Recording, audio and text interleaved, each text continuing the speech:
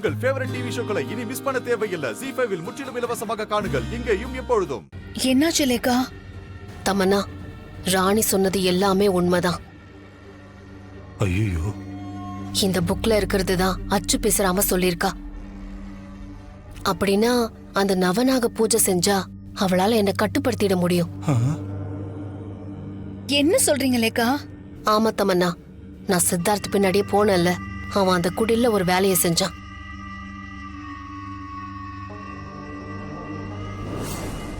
இந்த இச்சாதாரி 200 வருஷத்துக்கு முன்னாடி கொடுவன்கிற மந்திரவாதிக்கு மகளா பிறந்திருக்கா.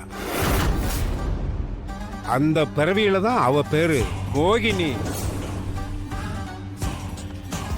நல்ல வேலை, உங்க பிறப்பு பத்தின ரகசியத்தை சித்தார்த்தால கண்டுபிடிக்க முடியாம பண்ணிட்டீங்க.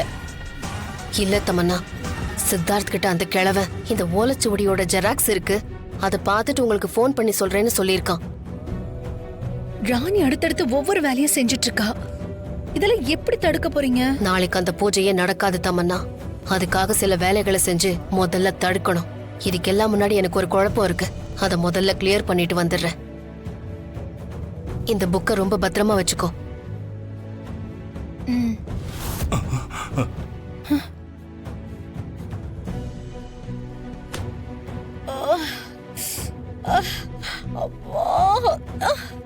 என்ன தமன்னா?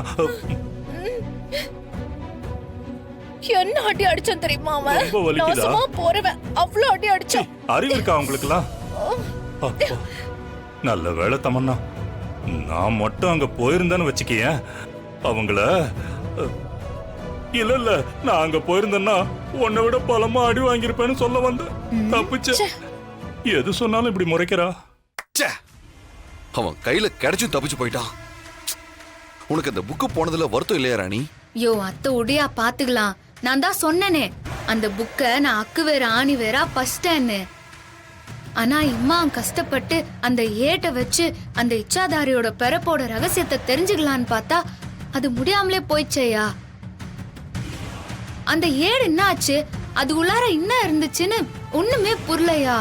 ஏய், நீ பயப்படாத. எல்லா ஏடுகளுக்கும் ஒரு பிரதி இருக்குன்னு அந்த சாமியார் சொன்னாரு. அதை எப்படியாச்சும் தேடி எடுத்துட்டு எனக்கு போன் பண்ணி அதுல இருக்கிறத படிச்சு காட்டுறேன்னு சொல்லியிருக்காரு. நம்ம நம்பிக்கையோட இருப்போம் ராணி. சரியா, நாளைக்கு காலையில அந்த பூஜைக்கான வேலைய பிரம்ம முகூர்த்தத்திலே ஆரம்பிச்சிடணும். ராணி, நான் உன்கிட்ட ஒண்ணு கேட்பேன், நீ உண்மையை சொல்லுவியா? என்னயா? உண்மையாவே உன்னால அந்த இச்சாதாரியை கட்டுப்படுத்த முடியும்னு நினைக்கிறியா? யோ, அப்போ நீ ஏதாவது பிளான் வச்சுக்கிறியா? இல்ல அவளை உனக்கு புச்சு போச்சா, அவளோட அப்படியே கிளம்பி போயிடலான்னு முடிவு எடுத்துக்கிறியா? ஏய், என்ன ராணி நீ இப்படி எல்லாம் பேசுற?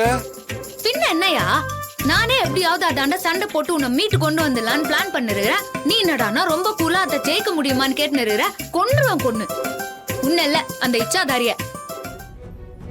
யோ, நான் எனக்குள்ளார இருக்கிற நம்பிக்கையில தான் இதுல இறங்கி எல்லாத்தையும் செஞ்சுன்னு இருக்கிறேன். அதுக்கப்புறம் பொம்மியோக்காவோட ஆசீர்வாதமும் அந்த ஈசனோட அருளும் கண்டிப்பா எனக்கு துணை நிக்கும்யா. ராணி, நான் என்னைக்கும் உன் நம்பிக்கைக்கு துணையா நிப்பேன்.